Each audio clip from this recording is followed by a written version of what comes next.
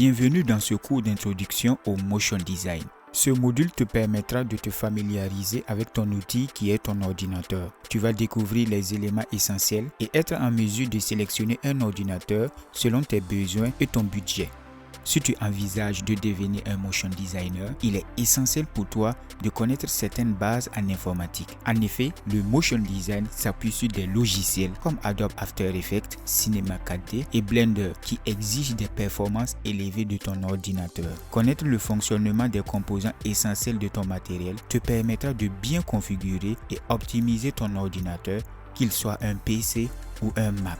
Avant de plonger dans les détails, voyons ensemble les 4 composants principaux qui influencent le bon fonctionnement des logiciels de motion design. Comprendre leur rôle t'aidera à choisir le matériel adéquat ou à configurer efficacement celui que tu possèdes déjà. En première position, nous avons le processeur ou CPU qui signifie Central Processing Unit, est le cerveau de ton ordinateur.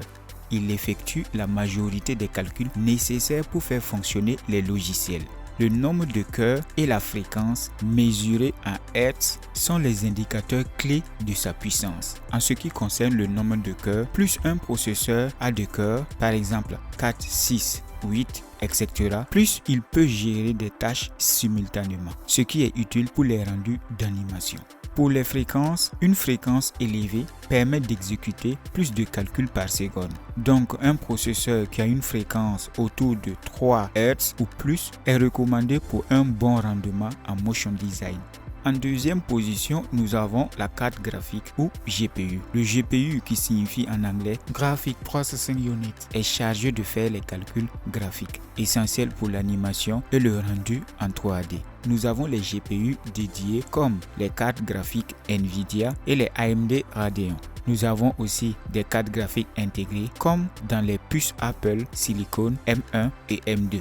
Plus la carte graphique a une mémoire dédiée, par exemple 4 Go, 6 Go, 8 Go, etc., mieux elle peut gérer les fichiers graphiques qui sont lourds. Les GPU récentes et puissantes permettent un rendu plus fluide, ce qui est crucial pour des animations de haute qualité. En troisième position, nous avons la mémoire vive ou RAM, qui signifie Random Access Memory, permet de stocker temporairement les données pendant que tu travailles. Elle influence directement la fluidité avec laquelle tu peux utiliser les logiciels, surtout lorsque tu travailles sur des projets lourds. Pour un motion designer, 16 Go est souvent un minimum et 32 Go est recommandé pour des projets plus lourds. Et en quatrième position, nous avons le stockage. Le stockage, qu'il soit SSD ou HDD, permet de sauvegarder tes fichiers. Le SSD, qui signifie Solid State Drive, sont beaucoup plus rapides que le HDD, ce qui signifie que les fichiers se chargent plus vite. Un SSD de 512 Go est un bon début pour stocker les nombreux fichiers de projet. Maintenant que tu comprends les composants de base, voyons comment faire des choix éclairés, que tu sois utilisateur de PC ou de Mac. Pour les utilisateurs de PC, pour faire le choix du processeur, si tu as un budget limité, un processeur Intel Core i5 ou AMD Ryzen 5 de génération récente offre une bonne base. Ils sont abordables et suffisamment puissants pour les tâches basiques de motion design. Et si tu as un budget moyen ou élevé, un Intel Core i7 ou Core i9 ou un AMD Ryzen 7 ou 9 est idéal pour des projets complexes. Ces processeurs multicœurs sont bien adaptés au rendu 3D. Toujours pour le choix du processeur, si tu optes pour un Mac plus ancien avec un processeur Intel, vise au minimum un Core i5 ou un Core i7 pour de meilleures performances. Si tu as un peu plus de budget, les modèles équipés de puces M1, M1 Pro ou M2 ou M2 Pro sont bien optimisés pour le motion design. Ces puces combinent CPU et GPU, ce qui les rend particulièrement efficaces. Pour le choix de la carte graphique, pour les utilisateurs de PC, si vous avez un budget limité, vous pouvez vous pencher sur les Nvidia GTX, par exemple GTX 1650 ou les AMD Radeon RX 560. Ce sont des options d'entrée de gamme pour du motion design léger. Si tu as un budget moyen ou élevé, tu peux te pencher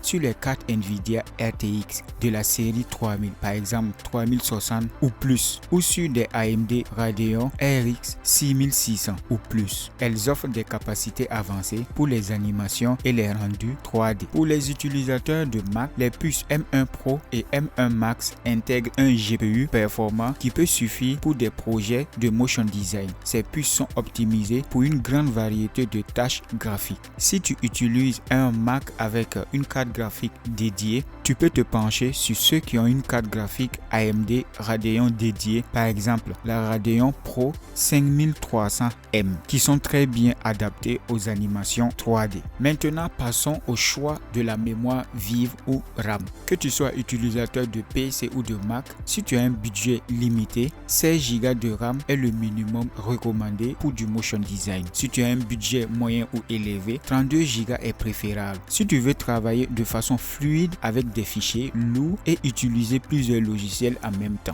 Que tu sois utilisateur de PC ou Mac, je te recommande toujours le choix d'un disque dur SSD. Si tu as un budget limité, un SSD de 512 Go est une bonne option de départ. Si tu as un budget moyen ou élevé, un SSD de grande capacité est recommandé pour stocker plus de projets sans risque de manquer d'espace. Il est possible aussi pour toi de combiner SSD et HDD, mais dans ce cas, veille toujours à ce que tes logiciels installés soient toujours sur le SSD et le projet sur lequel tu fais tes montages soit toujours sur le disque dur SSD. Puis le HDD, tu l'utilises uniquement pour stocker tes données. Imaginez qu'un client prenne contact avec nous pour obtenir une affiche et une animation publicitaire concernant l'un de ses produits afin de les diffuser sur ses plateformes de médias sociaux. Voici l'affiche que nous allons concevoir avec Photoshop et voici l'animation que nous allons réaliser avec After Effects. Il se peut que le client ne dispose d'aucune banque d'images pour son produit. Cependant, s'il s'agit d'un produit prisé,